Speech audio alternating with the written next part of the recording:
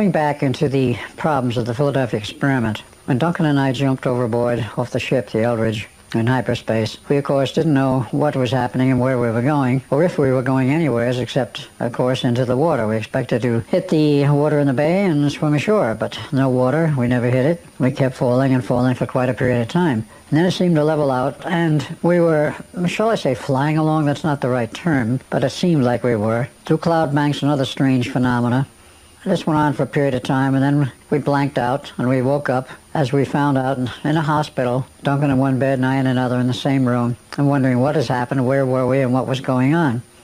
Well, a hospital attendant, an orderly, came in, did the usual measurements of the usual vital signs and so forth, and I said, would you like to watch TV? He said, yes. So we turned on the TV. At this point, we didn't know that anything was wrong or anything was any different than the era we had come from. Except, of course, in 1943, we didn't have large-screen color TV. This happened to be a wall-mounted unit, smaller size but color, which was the first discrepancy. We watched the TV. We were actually in that hospital for 4 weeks recovering. We finally asked what we were doing here. They wouldn't tell us how we got there, but they said you have suffered severe radiation burns. I said, radiation from what? And they sort of demurred on giving us a straight answer. And they said, no, it's not nuclear radiation. As it turns out, we learned much later, of course, there was radiation that you will possibly run into in deep space under certain other conditions, which, of course, is non-nuclear, but nevertheless, it's an ionizing form of radiation that can be damaging to the body. So it took about 4 weeks to recover, but in that process, in that time, we watched a lot of television. At that point, I would say after a week of watching TV, I started asking a lot of questions. Because it was quite obvious that things were not normal. Normal in the sense of how we knew them in 1943. That there was rail travel, there was some car travel, but what was most important is there were no longer any national boundaries. There were boundaries for reference.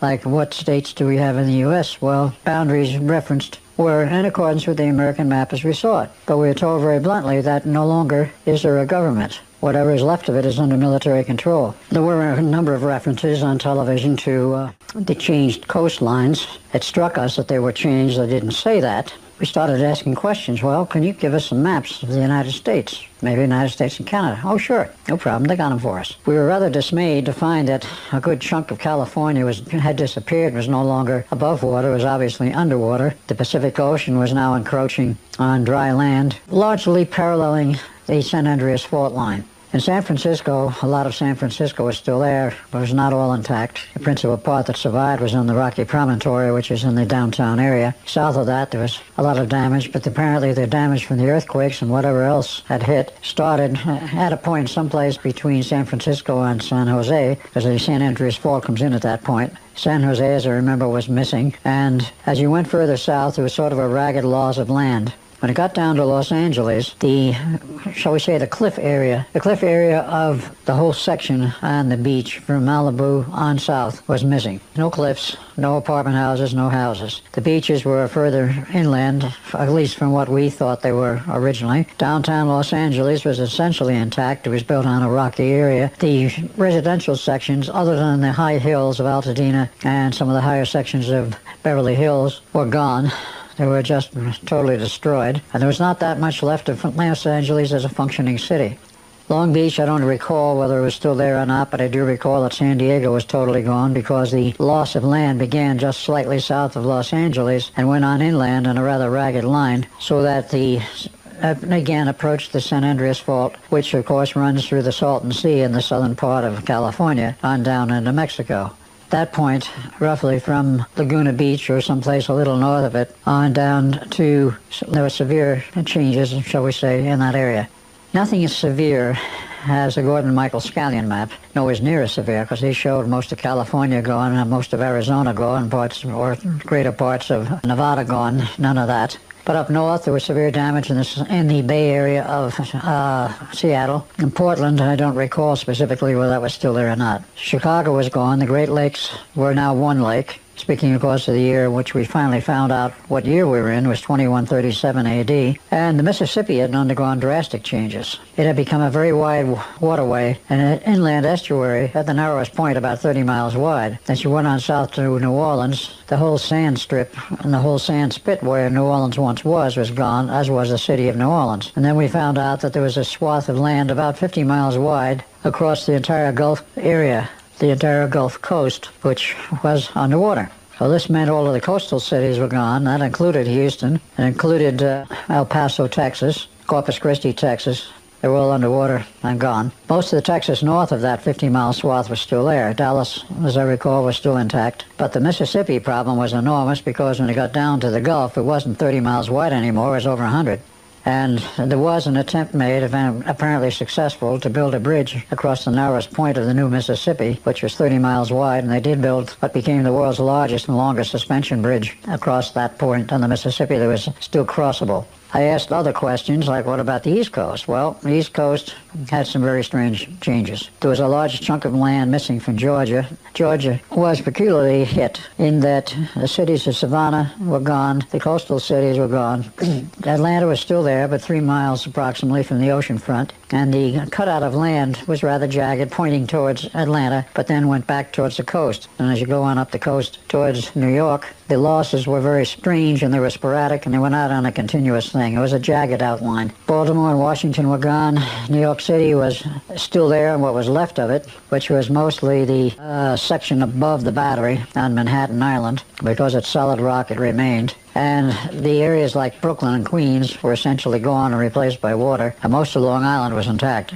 New England, there's some missing land areas, and as I said, Chicago was gone. Upstate New York had a very strange problem. The St. Lawrence River became an inland seaway and developed a lake which covered Albany, New York, a large saltwater lake. So there were a lot of strange changes in the United States. Canada, I did not pay any particular attention to. It didn't appear to have changed that much. Europe had drastic changes. In Europe, England was gone. Most, but not all, of Ireland was gone. The Highlands of Scotland was still alive and well, apparently. And in terms of the internal country and parts of Europe, as we know it now, quite a bit of it was underwater.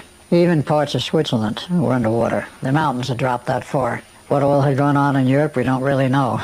And the guys I asked the questions of couldn't really answer them correctly anyway, because they were not that familiar with it. The man I principally talked with was a hospital technician, quite intelligent, and during our stay there, he was the only black man we saw. He was a black medical technician, very competent and educated. He was the only black person we saw in our entire stay in the year 2137. But there was still rail travel, land travel. I didn't ask about airlines travel. But I happened to ask, what's the world population these days? And they said, oh, slightly over 300 million. And I looked at him and I said, world population? He said, yes, world population. So the U.S. is now down around 50 million or less.